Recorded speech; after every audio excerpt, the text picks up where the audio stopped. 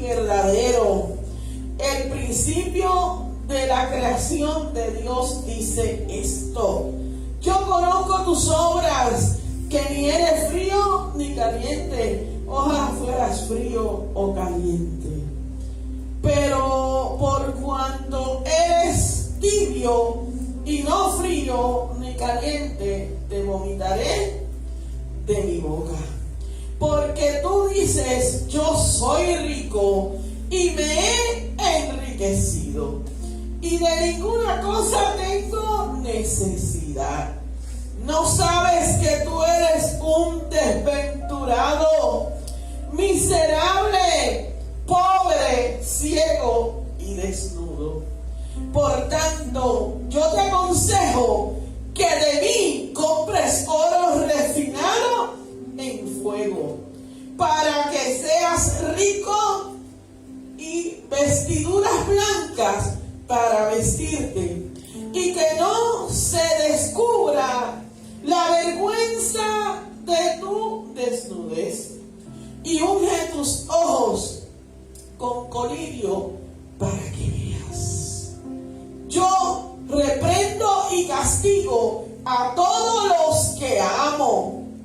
Sé pues celoso y arrepiéntete. He aquí, yo estoy a la puerta y llamo. Si alguno oye mi voz y abre la puerta, entraré a ti y cenaré con él y él conmigo. Al que venciere, le daré que se siente conmigo en mi trono, así como yo he vencido y me he sentado con mi Padre en su trono. El que tiene oídos para oír, oiga lo que el Espíritu dice a la iglesia. Padre, gracias por tu palabra, Señor. En esta mañana venimos delante de ti para que seas tú el que hable a tu iglesia. Que tú traigas lo que tu iglesia necesita. Y que esta palabra cale en lo profundo de cada corazón y haga el efecto para el cual es enviada. Gracias porque hemos cantado, hemos adorado, Señor. Nos hemos gozado, pero mira el momento de tu palabra, la que transforma las vidas. Gracias por ella, en el nombre poderoso de Jesús. Usted se puede sentar, hermano, aleluya, como siempre decimos, pero puede adorar a Dios en medio del mensaje, esperando, ¿verdad?, que este mensaje nos ayude, toque nuestros corazones y nuestras vidas. Y como decía anteriormente, esta ya es la última iglesia. Desde el año pasado hemos estado hablando de las 7 iglesias.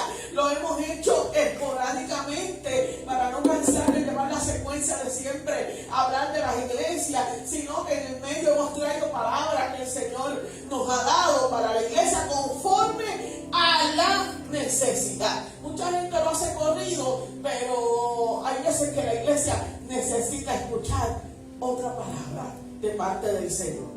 Así que, pero en esta mañana vamos con la última iglesia para terminar ya esta secuencia, entendiendo que Dios así nos ha enviado. Y en esta mañana es la iglesia de la Odisea. Y como siempre le había dicho, recuérdese que estas iglesias, cada una de estas iglesias existieron, fueron iglesias existentes. También representan un término en el tiempo. Pero también las 7 iglesias nos hablan hoy a nosotros, porque la palabra sigue siendo viva y eficaz. La palabra sigue vigente y es para nosotros día a día. Y a través de la palabra, Dios nos sigue hablando a nosotros. Y en esta mañana, la iglesia de la Odisea la vamos a ver y primeramente desciframos o discutimos lo que significa o lo que era la ciudad de la Odisea. La ciudad de la Odisea era un lugar próspero, era un lugar rico. Llevaba la Odisea, es el nombre de la esposa del que fundó la ciudad. Y por ende se llamaba ciudad de gobierno. Era una ciudad rica, tenía grandes templos, tenía grandes casas.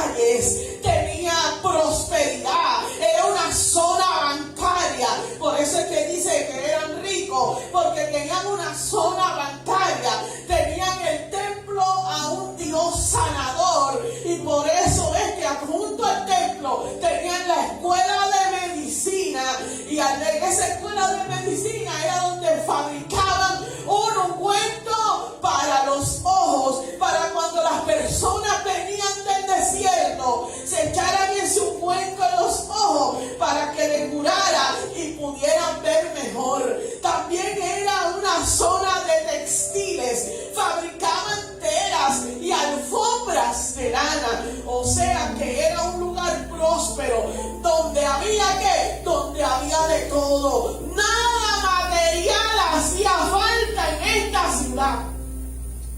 En los años 60, después de Cristo, esta ciudad tuvo un terremoto. Pasaron por una situación de un terremoto. Y cuando de Roma quisieron ayudar a esta ciudad a levantarse, ellos dijeron: nosotros no necesitamos nada porque somos ricos. Mire qué poderoso. Nosotros no necesitamos nada. Despreciaron la ayuda porque ellos entendían que con sus propias fuerzas ellos podían resolver la situación. También era una ciudad que el sistema de agua era mínimo, no tenían agua, sino que ellos tuvieron que conectarse al sistema de agua de la metrópolis, una ciudad llamada Metrópolis, y de ahí ellos tenían de ese sistema de agua que eran aguas termales. Usted sabe que las aguas termales son como bien calientes, pero esta ciudad dijo: wow, nosotros vamos a poder tener agua caliente en todos nuestros hogares. Pero ¿sabe qué pasó? Que el agua era caliente porque era de que eran termales, pero cuando un agua pasa por una tubería kilómetros y kilómetros y kilómetros, llega tibia. Llega tibia. ¿Y qué pasa? El agua tibia, cuando tú te la tomas, causa náusea.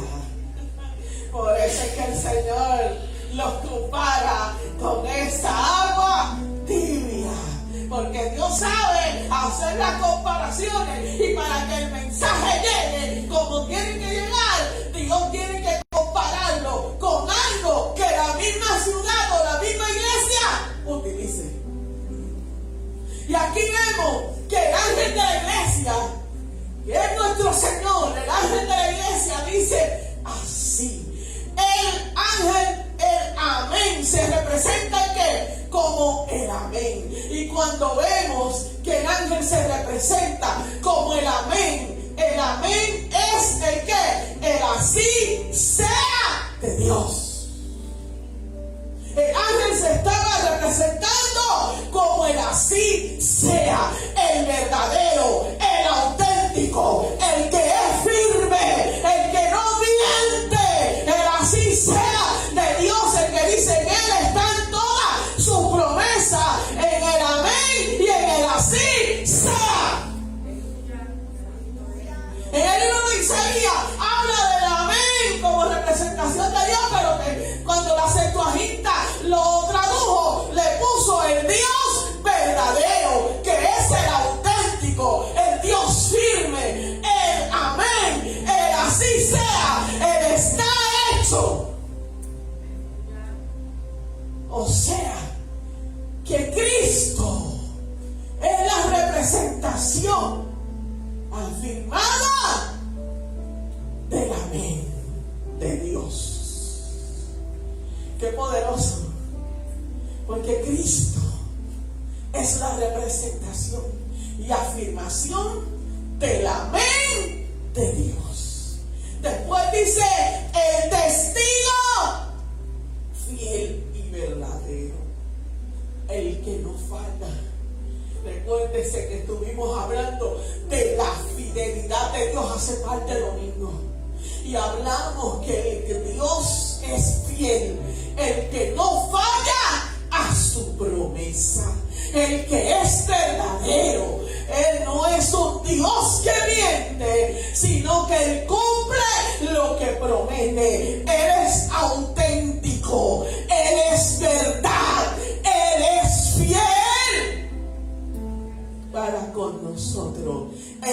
testigo fiel y verdadero. Qué poderoso, porque se está presentando con estos atributos tan grandes. Yo soy el amén. Yo soy el testigo fiel. Yo soy el Dios verdadero, en el cual en Él no hay mentira, no hay sombra de variación, no hay cambio. Él es el Dios verdadero. En Él no hay mentira. Él no se arrepiente ni miente. Y también se presenta como el principio de todas la creación, o de todas las cosas. Y esto no es un orden secuencial, porque la gente toma esto para decir que el primero creado fue Jesucristo. No estamos hablando aquí de un orden secuencial. Estamos hablando de Jesucristo como gobernante, y en Él fueron hechas todas las cosas, y todas las cosas fueron hechas en Él y para Él. No estamos hablando de un orden secuencial, porque muchas herejías han salido de este versículo para así transversar y decir que Jesucristo fue creado aparte, y así transversan muchas cosas. Transversan la Trinidad de Dios. Y el Señor dijo que Él es uno, es. Cuando Dios se presentó, dijo, uno es. Y Él dijo, el que me ha visto a mí, ha visto al Padre. Aleluya. Es que no es un orden secuencial. Es que todas las cosas fueron hechas por Él y para Él. Y así se está presentando el ángel del Señor. Así se está presentando Cristo a la iglesia. Y le dice, yo conozco tus obras. Y recuerda que en otra ocasión yo le dije que esta frase está anexada, porque esta frase en el original griego no aparece. Esta frase se anexó para poder velar y que usted entendiera mejor el versículo, porque lo que queremos hacer entender es que Dios conoce cada cosa que nosotros hacemos. Dios conoce cada cosa donde nosotros estamos. Dios conoce todo de nosotros. Por eso le dice, yo conozco tus obras. Y aquí yo no veo un reconocimiento para esta iglesia. Recuérdense que en otras iglesias yo las había reconocido. O como la iglesia de Filadelfia, que bien Dios habló, que no encontró en ella falla, sino que le dice, ustedes tienen la puerta abierta. Otras le dicen que son buenas sus obras. Pero en esta iglesia, Dios le dice, yo conozco tus obras, que ni eres frío ni caliente. O sea, si no eran frío ni caliente. Y Dios le dijo, ojalá y fueran o frío o caliente, pero ustedes son ¿qué? Y cuando hablamos de la tibieza, recuérdese del agua, que yo le dije que el agua llegaba a las casas como llegaba tibia. ¿Y cuál era la tibieza? ¿Le causaba qué?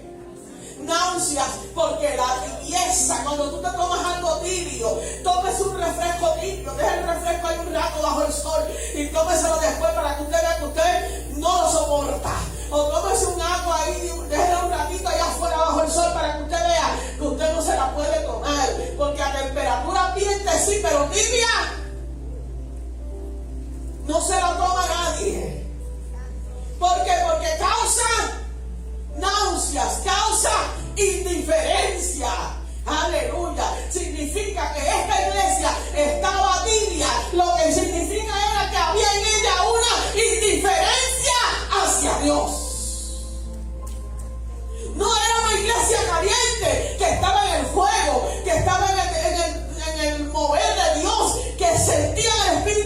Santo, que vivían por el Espíritu Santo, que hacían buenas obras, aleluya, pero tampoco era una iglesia totalmente distante de Dios, sino que era tibio. Y a veces la tibieza te ciega, porque la tibieza te hace ver lo que no es, porque a veces tú piensas que estás bien, pero no lo estás.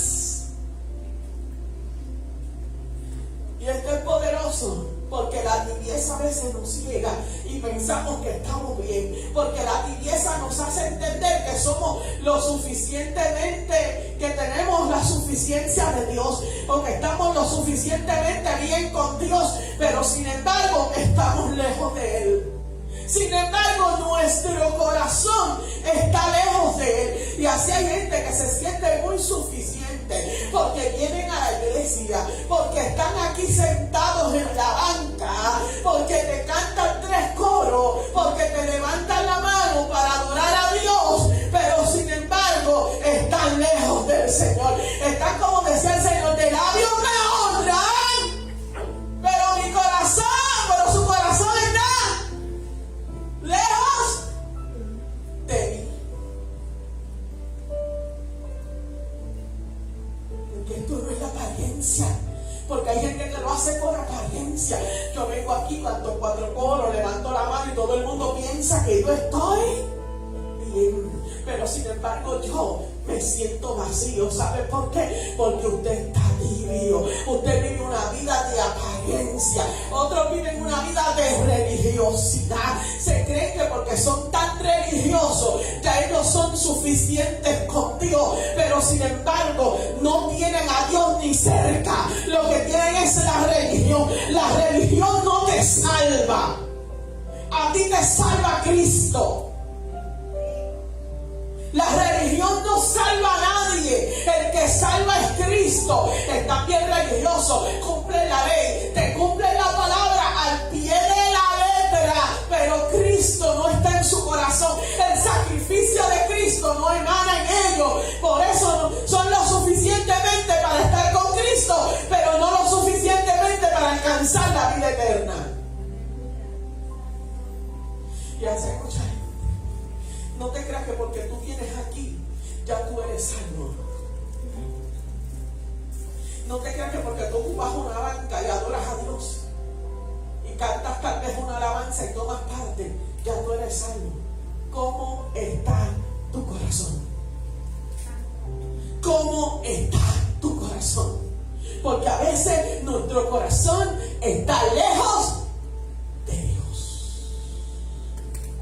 Lejos de Dios. Somos lo suficientemente, creemos que estamos lo suficientemente llenos de Dios y estamos vacíos.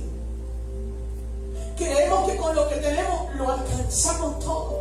A veces somos una iglesia que ora, pero sus oraciones están vacías. Porque a veces son oraciones repetitivas. Porque ya lo tenemos como un programa. Vamos a orar por esto, vamos a orar por aquello, vamos a orar por lo otro. Pero las oraciones a veces son vacías. Son una iglesia que piensa que están buscando y que viven la palabra, pero a veces lo que viven es una religiosidad. Porque quiero hacer esto, porque así lo dice la Biblia, porque esto, pero sin embargo su corazón está lejos de Dios. A veces somos tan religiosos que criticamos todo lo que hace otro, pero nosotros estamos vacíos. Miramos la falta de otro, miramos la paja que hay en el otro, porque somos tan religiosos, pero entonces no miramos la vida que hay en nosotros. Aleluya. Yo no se preocupe, que yo sé que no es un mensaje que gusta, pero es lo que Dios quiere que se diga. Si usted no quiere decir amén, nada, usted no lo diga. Lo que yo quiero es que usted agarre esto y lo haga consciente en su corazón. ¿Cómo estoy yo? Yo estoy caliente, estoy frío, estoy tibio. ¿Sabe por qué? Porque Dios me dice, porque ustedes no son ni fríos ni calientes. Ojalá y fueran fríos o calientes. Pero pastora, ¿cómo usted me va a decir que el Señor prefiere que nosotros seamos fríos? Ay, Dios mío. Yo le voy a decir una cosa, porque era más fácil que un mendigo o una prostituta vinieran a los caminos del Señor y aceptaran el sacrificio de Cristo que un escriba o un fariseo. Yo no sé si usted lo entendió, pero había gente que era más fácil venir a Cristo. A veces es más fácil que una prostituta de por ahí oiga el mensaje, reciba el mensaje, reconozca el sacrificio y confiese a Jesús, o un mendigo, o un drogadicto. A veces que aquellos religiosos que son como los escribas y los fariseos, que ellos pensaban que estaban bien porque guardaban la ley, porque guardaban esto, porque guardaban aquello, pero sin embargo sus corazones estaban vacíos. Era como sepulcro blanqueado. Yo pienso que estoy bien. Yo pienso que así es que tiene que ser la cosa. Sí, porque sí hay gente de la iglesia, hermano. Yo no estoy diciendo, cuando estoy hablando de la iglesia en general. Yo no estoy hablando de aquí. Hay gente que piensan que son lo suficiente por la religiosidad que tienen, pero están lejos de la vida eterna. Están lejos de la vida eterna. Están lejos de la vida eterna porque son tan religiosos, pero no van al prójimo. Son tan religiosos, pero cuando ven la necesidad no les entienden. Una iglesia completa cumple las palabras, pero también ama al prójimo. Pero también si alguien se cae, está dispuesto a levantarlo, no a pegarlo, no a tirarlo, pero también está dispuesto a orar por aquellos que lo necesitan. Está dispuesto a levantar a aquel que se cae. Pero a veces solamente juzgamos, solamente somos religiosos. Pero ¿dónde está el Señor de la religión? ¿Dónde está el Señor que predicamos? ¿Dónde está el Señor que decimos que adoramos? ¿Dónde está el Señor que profesamos servirle? Por eso el Señor le dice: por cuanto no son ni fríos ni calientes, son tibios. Yo los repugno. Me da náusea. No aguanto. Tengo que vomitarlo. Porque, aleluya, causa náusea, causa vómito. Es mejor que seamos fríos y en algún momento reconozcamos a Dios, que seamos tibios y nos quedemos así y perdamos la vida eterna. Porque si usted está caliente, gloria a Dios, porque lo que significa es que usted está gozando lo que Dios le ha dado, disfrutando del Espíritu Santo, siendo avivado, tiene el don del Señor vivo. Él se manifiesta y en Cristo usted entiende que tiene necesidad de Él día a día. Por eso cuando el Señor anda aquí, uno se tiene que remontar a la bienaventuranza de aquel sermón del monte, cuando le dice: bienaventurados los pobres en espíritu. ¿Por qué? Porque de ellos es el reino de los cielos.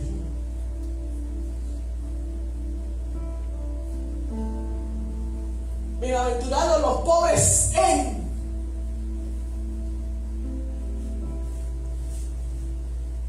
¿Sabe qué? Cuando tú eres pobre en espíritu, tú tienes necesidad de Dios. Tú quieres aferrarte a Dios. Yo creo que hace como 7 años que yo di un mensaje solamente de esa bienaventuranza. Porque cuando tú eres pobre en espíritu, tú entiendes tu necesidad de Dios en tu vida. Tú entiendes y sabes que apartado, separado de Él, nada podemos hacer. Cuando tú entiendes que tú necesitas a Dios, que todo el tiempo, aleluya, eso es aleluya. Cuando eres pobre de espíritu, tú necesitas a Dios. Tú necesitas al Señor día a día. Y hay que reconocer que día a día necesitamos a Dios. Esto no es un día, ay Señor, te necesito. Y ya el Señor vino a ti, ya tú te sientes autosuficiente porque el Señor llegó. Pero llega el momento, aleluya, yo creo, entiendo que cada día nosotros debemos necesitar más de Dios. Más de Dios, más de Dios, más de Dios, más de Dios. Cada día más de Dios. Ay no, ya yo sentí a Dios. Ay, ya Dios me llenó. Con eso tengo para la semana entera.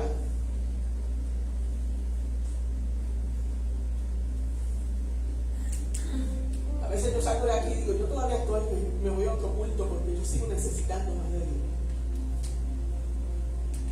Y más de Dios. Y más de Dios. Hasta que mi copa rebose. Y mañana necesito más de Dios.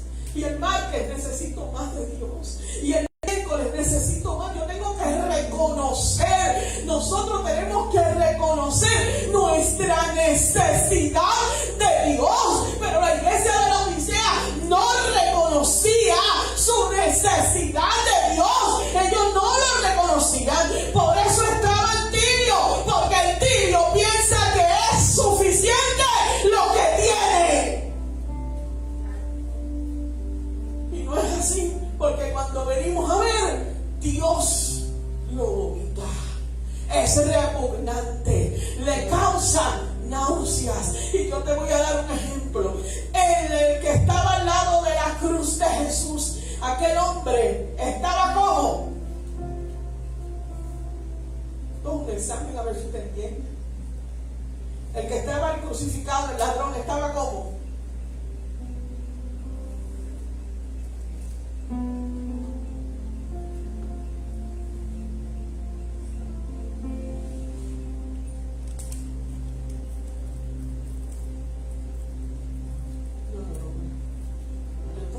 Tuve una explicación y todavía si te pregunto, el hombre que estaba crucificado al lado de Jesús en la cruz estaba como.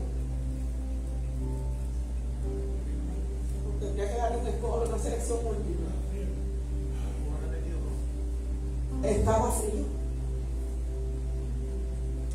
pero reconoció su necesidad. Reconoció su necesidad y pidió ¿qué? Y pidió perdón y ganó ¿qué? La vida eterna. Juan, el discípulo amado, ¿cómo está?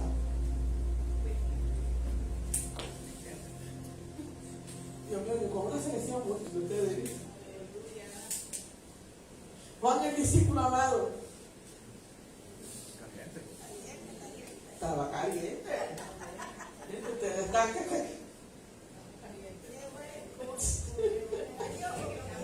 no, es que usted ya se dijo, usted lo tiene que saber. Estamos hablando de frío caliente. El discípulo amado Juan, que estuvo con Jesús, que se recostaba de él, que lo amaba,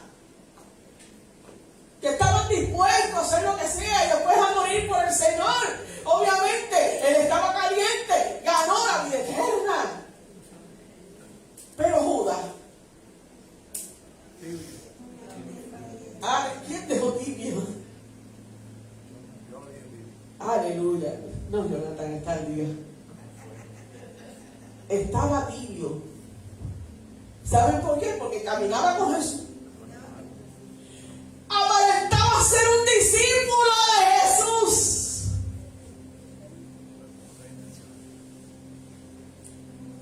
Aparentaba. Se veía, todo el que lo veía juntos, todo para ellos, todos eran discípulos de Jesús. Pero ¿qué pasó? Su corazón estaba lejos de él. Porque fue el que lo entregó. Estaba tibio. Ojalá hubiese sido frío. Porque reconocía a Dios. Oh, si era caliente, pues ya estaba vendido en el calentón y en el fuego de Dios. Por eso tenemos que tener cuidado que nuestra vida no sea una vida de apariencia y que nosotros pensemos que por seguir a Jesús y ser discípulos de Él, ya nosotros estamos y somos suficientes y estamos en el caliente. A veces estamos tibios y no nos damos cuenta. Por eso es que cada día necesitamos decir: Señor, yo estoy pobre, yo necesito de ti. Ahí yo me remonto al libro de Lucas, capítulo 18, la oración de aquel fariseo y aquel publicano. ¿Qué decía aquel fariseo?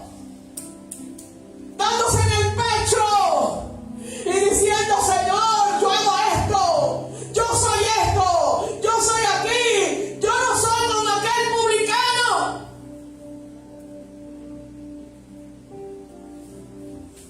Aquel fariseo se sentía tan suficiente. Pensaba que él lo era todo y ya lo tenía todo. Sin embargo, aquel publicano lo único que pedía era que misericordia.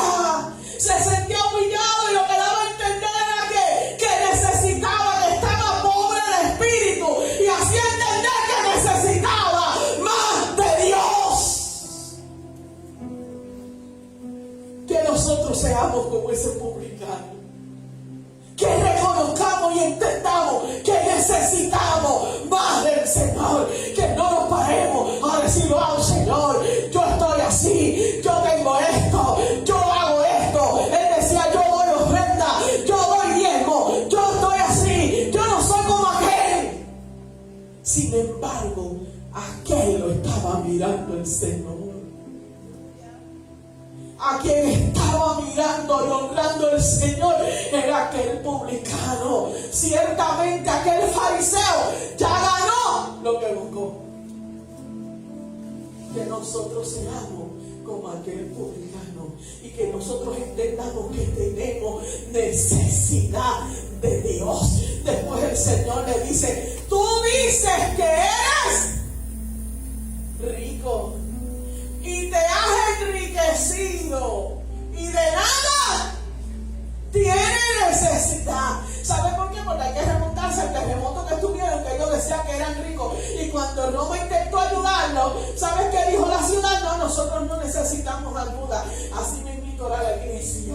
La iglesia pensaba que porque ellos lo tenían todo, eran ricos, y porque ellos les llegaba más, se seguían que enriqueciendo. Hay veces que nosotros creemos que estamos ricos y que estamos llenos ya, y que ya estamos acaparados y que tenemos todo. Y esto me remonta a un escritor que estaba diciendo que un pastor fue a visitar una iglesia, y antes era una iglesia pequeña, pero cuando fue años después era una iglesia grande de 1500 personas. ¿Y sabes qué? El pastor, el que pastoreaba aquella iglesia, le empezó a decir: nosotros tenemos esto, nosotros tenemos aquello, nosotros tenemos lo otro. Y empezó a dar voces de todo lo que tenía la iglesia. Y nosotros tenemos cámaras, y nosotros tenemos efectos, y nosotros tenemos luces, y mira cómo está la iglesia, y nosotros tenemos un gran templo. Se habían enriquecido y de nada tenían necesidad. Pero el otro pastor le dijo: solo quiero hacerte una pregunta. ¿Y Dios? ¿Y Dios? En todo esto, ¿dónde está Dios? Y el otro pastor no tuvo palabra para responder. ¿Sabe por qué? Porque a veces nos enriquecemos y creemos que lo tenemos todo, y creemos que la cantidad de gente es lo más importante, y creemos y hasta los mensajes se van vacíos, y ya ahí demostramos que estamos tibios. Una iglesia puede estar llena, puede tener de todo, aleluya, pero si le falta a Dios no tiene nada, solamente son religiosos, son tibios. Las oraciones son vacías, las iglesias, aleluya, aunque estén llenas, están vacías de Dios. Los pastores, aunque estén, aleluya, aparenten un sermón hermoso, Porque tú puedes tener mucha teología, pero puedes estar vacío de la unción de Dios. Porque la teología la puede aprender cualquiera y puede predicar tu mensaje hermoso. Pero puede ser que ese mensaje no carezca de unción. ¿Donde está Dios ahí? Ya ahí tú estás tibio. Y eso le pasaba a esa iglesia. Y el pastor decía, me preocupé cuando vi esa iglesia. De esa manera. Tenían de todo, pero su corazón estaba lejos de Dios. A veces nos enriquecemos y decimos, tengo de todo, no nos hace falta nada, mira cómo estamos. Estamos bien, hermano. Nosotros ahora mismo no es que es la iglesia más rica, pero tenemos de todo. Pero también nuestro corazón tiene que estar frente a Dios. No acomodarnos demasiado, que nos olvidemos de Dios, porque estamos demasiado cómodos. Que siempre miremos a Dios y que cada día nos sintamos más pobres para que busquemos a Dios. Para que busquemos a Dios de corazón. Esta iglesia de la Odisea, ellos tenían de todo, pero ellos le dicen, somos ricos, nos hemos enriquecido, no tenemos necesidad de nada. Pero ¿saben lo que Dios les dice? Ustedes son... Mira, hermano, yo creo que a mí me daría vergüenza que Dios me diera una palabra así. Ustedes son unos desventurados, miserables.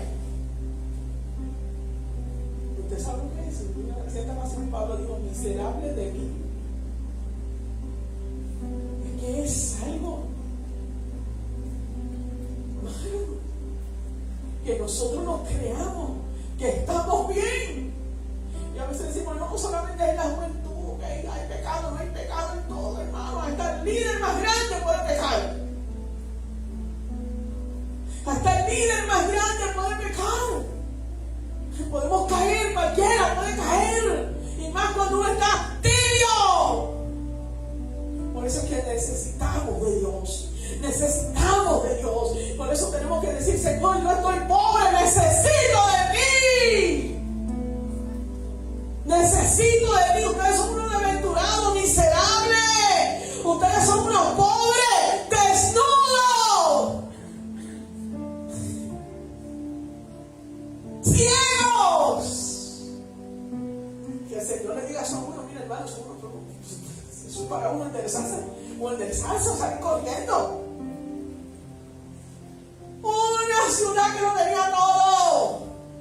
Eran ricos, tenían una compañía grande de textiles, hacían tela, hacían alfombra de una lana negra especial, costosísima, hacían un medicamento y estaban desnudos, estaban ciegos teniendo un medicamento para la vista, estaban desnudos fabricando tela y alfombra y lana, estaban pobres siendo ricos, pero en la condición que Dios los veía. Ellos decían, de nada necesitamos, pero Dios te ve en esa condición y Dios le dice, es necesario que de mí compren oro refinado. Sin Dios nada somos. Podemos tener todo lo material, pero es necesario venir delante de la presencia del Señor a comprar oro refinado. ¿Quiénes pueden venir al Señor a comprar oro refinado? Dice en el libro de Isaías, venid a mí todos aquellos y comprar sin dinero. Porque aquel que está en el Señor recibe la bendición del Señor sin dinero. El que está en Dios, Dios lo bendice sin dinero. Vengan a mí, ustedes lo que necesitan es mi bendición. Compren sin dinero. No necesitan de su riqueza para recibir la bendición de la vida eterna. Hay cosas que no se pueden comprar con dinero. Hay cosas que no se pueden comprar con dinero.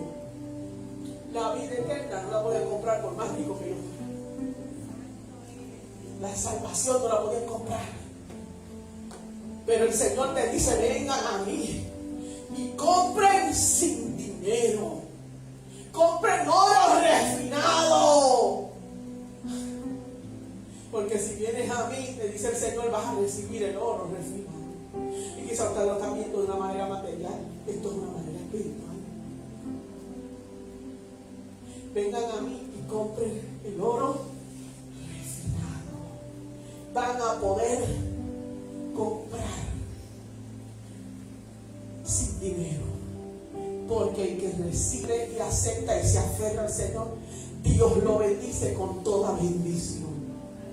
Y la bendición del Señor es la que trae consigo riqueza, bendición, no la que añade tristeza.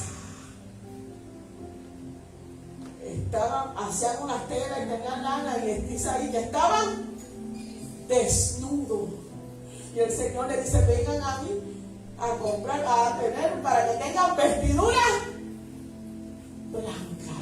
Para cuando están separados para mí, yo le doy vestidura blanca.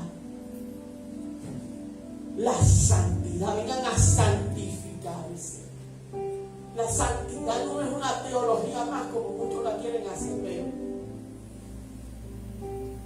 El Señor nos dice: sed santo porque yo soy santo. Y nuestras vestiduras deben estar blanqueadas, santificadas. No puede haber mancha en ella. Dios te entrega hoy vestiduras blancas, vestiduras santificadas, limpias. Y le dice: unjan sus ojos con colirio. Ellos tenían el mejor medicamento, y eso fue lo que los hizo más ricos. Ese medicamento, cuando la gente iba al desierto, cuando regresaban, le echaban, porque acuérdense que el polvo le irritaba la vista, la gente no veía después de regresar. Pero ese medicamento, que era como un ungüento, le hacía ver: ustedes tienen este ungüento y están ciegos espiritualmente. ¿De qué le vale este ungüento si ustedes están ciegos espiritualmente? Unjan sus ojos con colirio para que puedan ver. Unjan sus ojos, iglesia. Unge tus ojos para que puedas ver a Dios. Abre tus ojos, no seas un ciego más. Porque a veces no vemos las cosas que son bien obvias, hermano. No seamos ciegos ante Dios. Porque dice: yo los reprendo y castigo al que amo. Dios, si quería, podía traer esta iglesia, quitarla, porque no había nada bueno en ella. Pero en su amor y su misericordia, porque Dios es misericordioso, aún nosotros estando como estemos, la misericordia y la gracia del Señor nos cubre. La misericordia y la gracia del Señor nos levanta. Y Dios nos dice: yo reprendo y castigo al que amo, porque te ama. A veces Dios tiene que reprenderte, corregirte. A veces Dios tiene que confrontarte, pero lo hace por amor. Lo hace en su gracia y su misericordia. Y a veces decimos: no, este Dios tan malo, mira cómo me está tratando, mira este castigo que yo he recibido. Dios, si quiere, me puede matar, pero te da un castigo para que tú te vuelvas a Él, para que dejes de ser tibio. ¿Sabes por qué? Porque te ama. ¿Cuántos castigos Dios le dio a Israel? ¿Por qué? Por amor. Por amor de su pueblo, por amor de su pueblo escogido. Dios lo hacía por amor. Dios nos castiga a nosotros a veces por amor, es que nosotros no lo vemos. Pero el amor de Él está en nosotros, la misericordia, la gracia del Señor. Y nos dice más: y arrepiéntete. Es tiempo de que nosotros nos arrepintamos, tengamos una metanoia, reconozcamos que nos hemos alejado de Dios, reconozcamos, aleluya, que a veces estamos ciegos, que a veces no creemos suficiente con venir a la iglesia 2 días, 3 días o domingo, porque aquí la gente a veces viene domingo o domingo solamente. Ya nosotros estamos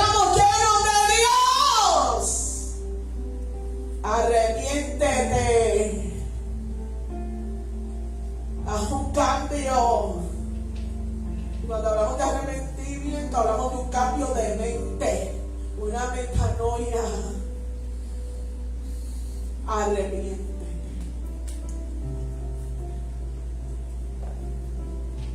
Arrepiéntete. Arrepiéntete de tu comportamiento. Arrepiéntete de cómo tú estás. Dice, porque yo estoy a la puerta y llamo. El Señor está a la puerta, hermano. Pero nosotros como iglesia a veces no lo dejamos entrar, porque nosotros tenemos unos cultos gloriosos a veces y el Señor está afuera. Cuando hablo de iglesia hablo en general, no estoy hablando aquí. A veces las iglesias tienen un culto glorioso y Dios está afuera. Pero dice, si alguno escucha mi voz, si alguno, con alguno que le abra, ¿no?